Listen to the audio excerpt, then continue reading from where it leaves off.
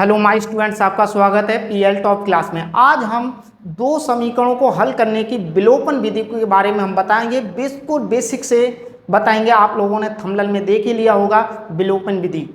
तो विलोपन विधि को हम बिल्कुल बेसिक से लेके हाई लेवल तक आपके बताएंगे कि किस प्रकार से विलोपन विधि के जो समीकरण हैं उनको हल किया जाता है। और आप लोग नए हो तो चैनल को हमारे सब्सक्राइब कर लीजिए, सब्सक्राइब कर लो, जिससे कि इस तरीके की आपको वीडियो आती रहें। और ये वाला जो वीडियो मैं बना रहा हूँ, ये वाला वीडियो जो है कक्षा 6, 7, 8, 9, 10 इन सभी क्लासों में काम आएगा। और विलोपन विधि ये हर एक क्लास में आती है। और कक्षा 10 में भी विलोपन विधि और प्रतिस्थापन विधि दो ही विधियाँ रह गई हैं। तो आज हम सबसे पहले विलोपन विधि के बारे में चर्चा करते हैं। तो विलोपन विधि में सबसे पहले हम बेसिक से शुरुआत करते हैं क्या होती है। तो सबसे पहले हम विलोपन विधि में आपको बताएंगे कि कब हम दोनों समीकरणों को जोड़ते हैं और कब दोनों समीकरणों को घटाते हैं। तो सबसे पहले हम जोड़ने वाले में बताते हैं क्या है।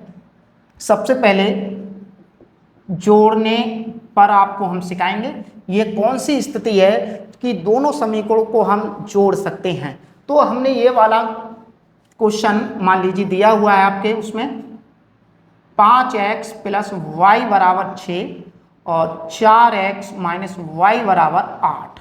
ये क्वेश्चन नंबर समीकरण 1 है और ये समीकरण नंबर 2 है। तो ये समीकरण हमारे पास इस प्रकार के क्वेश्चन में आ जाते हैं कि निम्नलिखित समीकरणों को विलोपन विधि से हल कीजिए।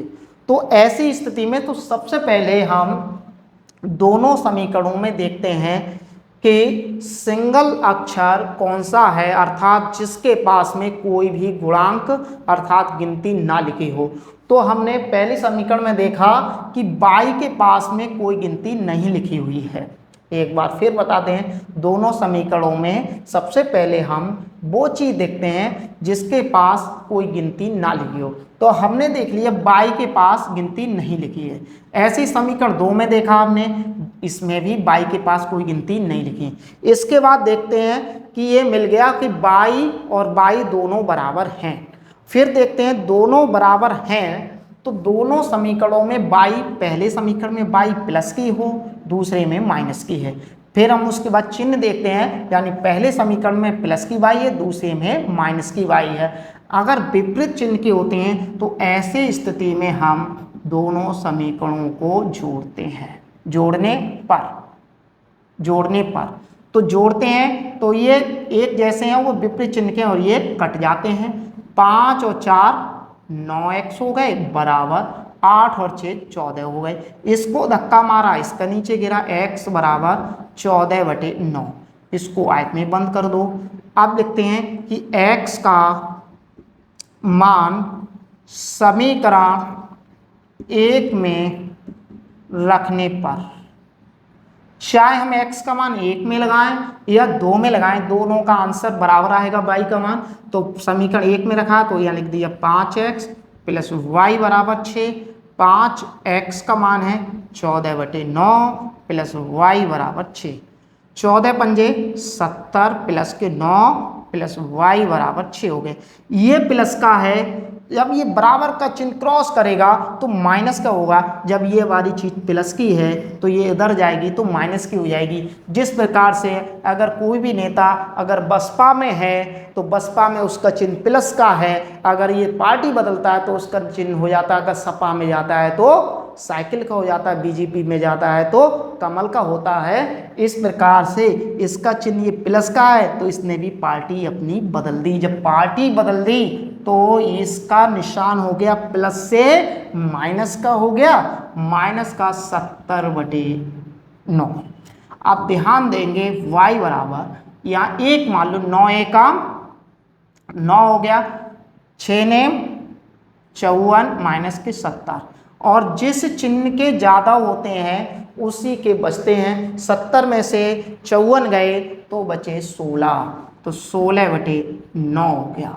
ये आ गया इसका आंसर। फाइनल में लिखते हैं, अतः x बराबर 14/9, y बराबर 16/9 हो गया। ये इस क्वेश्चन का दोनों के आंसर हो गए। इसी प्रकार से हम क्वेश्चन नंबर और आपको प्रैक्टिस कराते हैं। अगर इसका स्क्रीनशॉट लेना हो तो स्क्रीनशॉट ले लीजिए।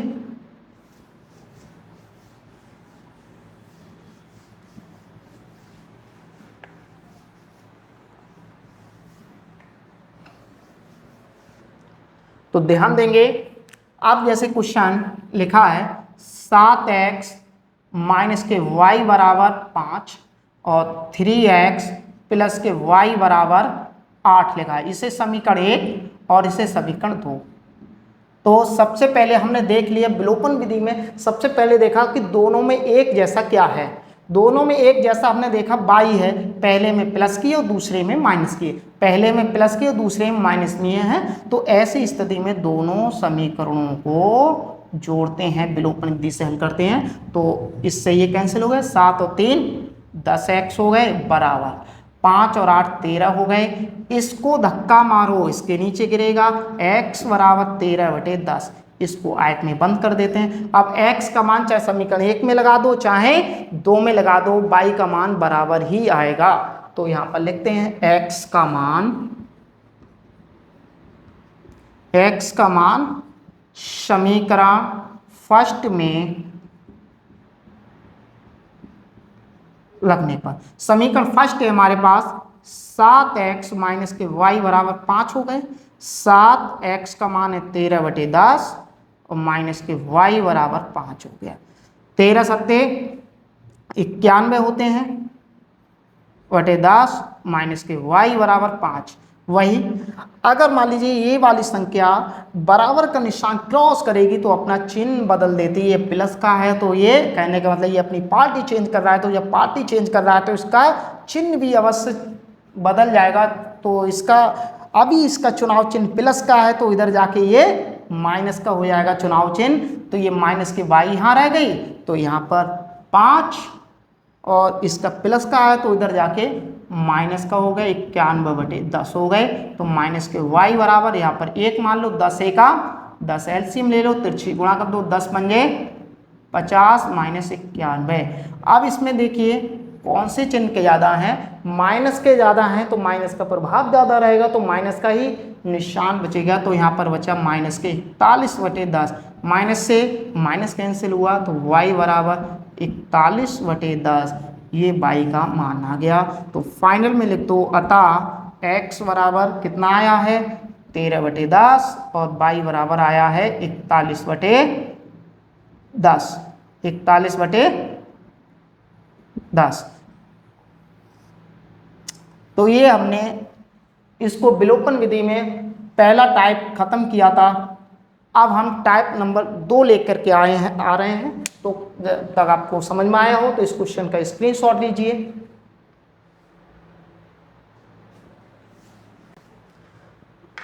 तो हमने विलोपन विधि में केवल सिंपल वाला क्वेश्चन देखा था, किया था। अब क्वेश्चन नंबर ये लेकर के आए हैं, टाइप नंबर 2 लेकर के आए हैं, सेकेंड टाइप का, यानी 5x और प्लस के 2y बराबर मान लीजिए दिया है 10 और यहाँ पर लिख दीजिए 4x माइनस इसके y बराबर 5, ये दिया है। इस समीकरण नंबर 1 और समीकरण नंबर 2।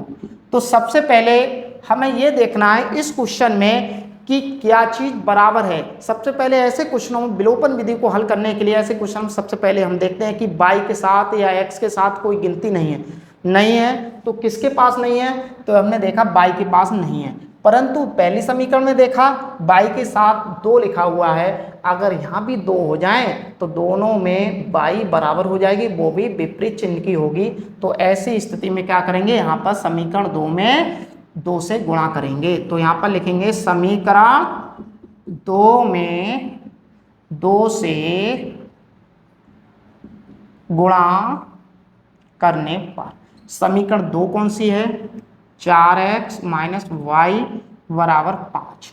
जब 2 से गुणा कर रहे हैं तो यहाँ 2 लिख दीजिए, 2 से गुणा कर रहे हैं 2 लिख दीजिए, 2 चौक 8x, यहाँ पर 2y बराबर 2 पंजे 10। इससे समीकरण 3 लिख दीजिए।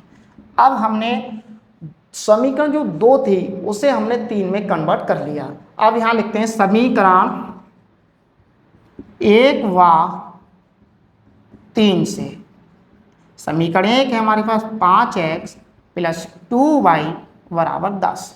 इसके बाद समीकरण 3 है 8x माइनस 2y बराबर भी 10 है। तो ऐसी स्थिति में हम क्या करेंगे, समीकरणों को जोड़ते हैं। यहाँ पर लिख देते हैं जोड़ने पर, जब जोड़ेंगे तो इससे ये कैंसिल हो गया, 8 और 5 13x हो गए, और 10 और 10 20 हो गए। इसको धक्का मारो इसके नीचे गिरेगा तो x बराबर 20/13 हो गए। अब x का मान चाहे 1 में लगा दो चाहे 2 में लगा दो, तो लिखते हैं x का मान समीकरण 2 में रखने पर, समीकरण 2 कौन सी हमारे पास, 4x माइनस के y बराबर 5 है। 4x का मान है हमारे पास 20/13 माइनस के y बराबर 5 हो गए। 20 चौक 80/13 माइनस के y बराबर 5। अब ये अपनी पार्टी को चेंज करेंगे तो इनका चुनाव चिन्ह भी बदल जाएगा। ये प्लस का चुनाव चिन्ह है तो इधर जाके माइनस का हो गया चुनाव चिन्ह। तो माइनस के y बराबर एक मान लो 13 एकम 13, 13 पंजे 65 हो गए। यहाँ 65 लिखा, माइनस के 80 लिखा। माइनस के y बराबर कौन से चिन्ह के ज़्यादा, माइनस के ज़्यादा है तो माइनस के 15 बटे 13, माइनस से माइनस कैंसिल हो गया, y बराबर 5/13। अब अतः फाइनल में लिख दो, अतः x बराबर कितना आया था हमारा 20/13 और y बराबर आया था 5/13। उसको फाइनल में राइट में बंद कर दो, ये इसका आंसर हो गया। तो यानी एक में अगर गिनती लिखी हो दूसरे में गिनती ना लिखी हो तो हम उसी वाली संख्या से गुणा कर देते हैं। तब तक आप लोग इसका स्क्रीनशॉट ले लो। अब हम टाइप नंबर 3 की बात करते हैं। अब तीसरे टाइप की बात करते हैं। क्वेश्चन इस प्रकार से होगा, 3x प्लस 4y बराबर मान लीजिए 7 लिखा है, और यहाँ पर लिख दीजिए 5x प्लस के 3y बराबर 6 लिखा है। इसे समीकरण 1 है और ये हमारी समीकरण 2 है। अब ये दोनों की दोनों ही समीकरण सब प्लस में है और ना ही इसमें कोई बराबर है। कैसे बराबर नहीं है, ना तो इसमें x बराबर है ना ही इसमें y बराबर है। तो ऐसी स्थिति में हमारे पास चॉइस होती है कि किसको बराबर करें। चाहे तो हम x को बराबर कर लें चाहे हम y को बराबर कर लें। तो हम y को बराबर करने के लिए क्या करेंगे, इसके अपोजिट से गुणा कर देते हैं। अगर हम समीकरण 1 और 2 में y को बराबर करें तो 3 है, इस वाले 3 से तो इसमें गुणा कर दो। यानी समीकरण 2 में जो y के साथ जो भी संख्या लिखी हुई है उस संख्या से समीकरण 1 में गुणा कर दीजिए, और पहली समीकरण में y के साथ जो भी लिखा है उसको 2 में गुणा कर दीजिए। देखिए यहाँ लिखते हैं समीकरण 1 में 3 से, समीकरण 2 में 4 से गुणा करने पर, जब गुणा करेंगे समीकरण 1 में कितने से 3 से, तो यहाँ 3 लिखा और यहाँ लिखा, चलो डायरेक्ट ही कर दे। जब इसमें 3 से गुणा करेंगे तो क्या हुआ, 3 तिया 9x, 3 चौक 12y बराबर 3 सत्ते 21 हो गया। समीकरण 2 में 4 से गुणा करें, 4 पंजे 20x प्लस 4 तिया 12y, 4 छंग 24। अब अगर ये प्लस की हैं, यहाँ पर मैंने यहाँ पर पहले भाग में जोड़ने वाला सिखा रहा हूँ तो यहाँ पर मैं माइनस कर देता हूँ, कोई बात नहीं है, तो यहाँ भी माइनस कर देता हूँ। तो ये विपरीत चिन्ह के हैं तो यहाँ पर घटाने वाली मैं बात के बताऊँगा, इसके बाद में बताएंगे। तो यहाँ पर लिखते हैं जोड़ने पर, जब जोड़ने पर लिखते हैं तो ये और ये जैसे ही कैंसिल हो गए। यहाँ पर बचा आपका 29x और यहाँ पर जोड़ोगे तो 5 4 45 हो गए। इसको धक्का मारो इसके नीचे गिरेगा, x बराबर 45/29 ये आ गए। अब x का मान चाहे 1 में लगा दो चाहे 2 में लगा दो, तो x का मान समीकरण 1 में रखने पर, समीकरण 1 है हमारे पास, यहाँ लिख देते हैं। समीकरण 1 है हमारे पास 3x प्लस 4y बराबर 7 हो गई।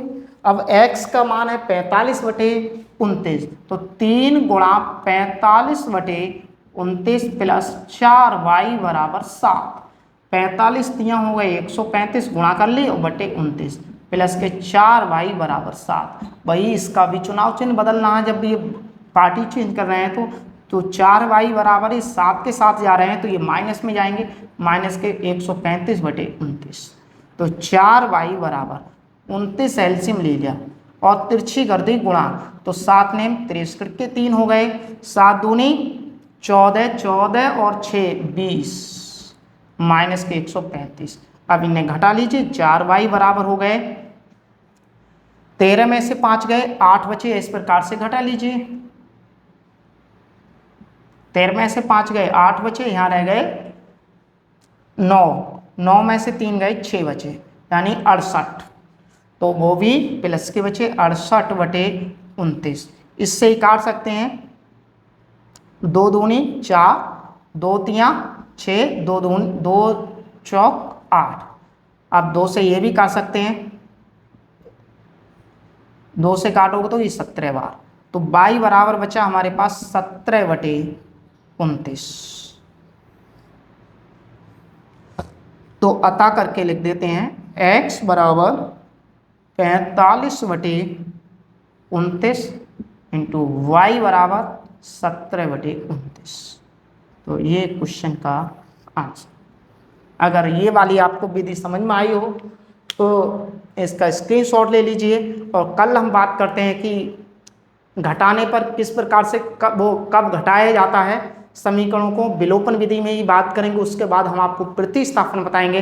तब तक आपको ये वाला वीडियो पसंद आया हो तो इसे शेयर कीजिए, लाइक कीजिए, कमेंट भी कीजिए, और अगर नए हो चैनल पर तो चैनल को सब्सक्राइब कर लीजिए। इस प्रकार की बेसिक आपकी मैथ की सारी जानकारी हम इस पे देते रहेंगे और हल भी कराते रहेंगे। जय हिंद, जय भारत।